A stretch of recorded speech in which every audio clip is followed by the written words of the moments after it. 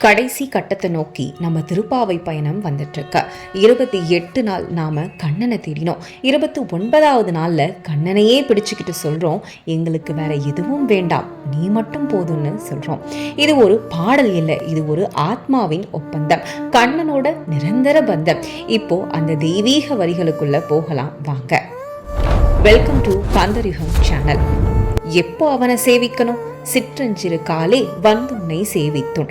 அதிகாலை நேரம், உலகம் அமைதியா இருக்கும் நேரம், மனசு சுத்தமாக இருக்கும் நேரம். அந்த நேரத்துல உன்னை தேடி வந்தோம் கண்ணான்னு சொல்றாங்க. ஆன்மீக விளக்கம் என்னன்னா, கடவுளை சந்திக்க சிறந்த நேரம் மனம் தூய்மையாக இருக்கும் தருணம் தான். அதுதான் சிற்றஞ்சிறு காலை. அந்த நேரத்துல கண்ணனை நினைச்சா ஆன்மா நேராக அவரிடம் போகும். அவருடைய பாதத்தை ஏன் போற்றுறோம்? பொற்றாமரையடியே போற்றும் பொருள் கேளாய், உன் தங்க தாமரை போன்ற திருவடிகளை நாங்கள் வணங்குகிறோம், ஏன் வந்தோன்னு நீ கேட்க வேண்டும்னு சொல்றாங்க. கண்ணனுடைய பாதம் தான் நம்ம வாழ்க்கையின் ஆதாரம். அதை பிடிச்சுக்கிட்டா வாழ்க்கை வழி மாறாத. கண்ணன் யார் என்று நினைவூற்றாங்க? பெற்ற மெய் துண்ணும் குலத்தில் பிறந்த நீ பசுக்களை மேய்க்கும் எளிய இடையர் குலத்தில் பிறந்தவன். ஆன்மீக விளக்கம், கடவுள் எளிமையில்தான் இருக்கிறார், பெருமை அகந்தை இல்லாத இடத்தில்தான் கண்ணன் வசிக்கிறார். நம்ம நிலை என்ன?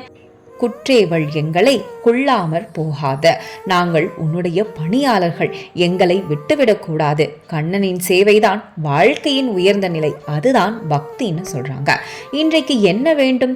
இற்றை பறை கொள்வான் அன்று கான் கோவிந்தா. இன்றைக்கு அந்த பறை என்ற வரம் வேண்டும். பறை என்றால் உலக ஆசை இல்லை, கண்ணன் அருகில் இருப்பதுதான் உண்மையான வரம். இந்த பந்தம் எவ்வளவு நாள்? எற்றைக்கும் ஏழில் பிறவிக்கும் உன் தன்னோடு. எத்தனை பிறவிகள் வந்தாலும் நாங்கள் உன்னோடுதான் இருக்க வேண்டும்.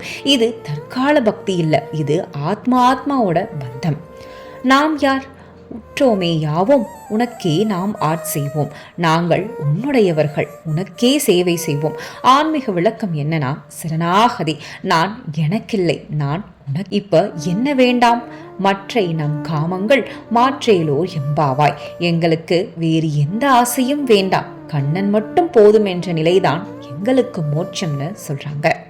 இந்த பாசுரம் நமக்கு சொல்ற ஒரே விஷயம் என்னன்னா, கண்ணன் இருந்தால் எதுவும் தேவையில்லை. பணம், புகழ், பதவி அனைத்தையும் விட ஒரு தெய்வீக உறவு உயர்ந்தது. இன்னும் ஒரே ஒரு பாசுரம் தான் இருக்கு, 30வது பாசுரம், நம்ம திருப்பாவை பயணத்தோட உச்சம். அந்த முடிவு ஒரு ஆன்மாவின் முழு சரணாகதி.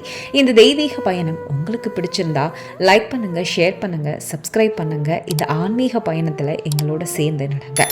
நாளை திருப்பாவையின் முடிவோட பார்க்கலாம். நன்றி மக்களே.